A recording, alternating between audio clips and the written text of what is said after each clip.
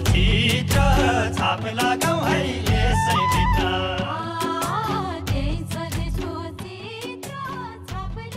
म भोट माग्न आएको छु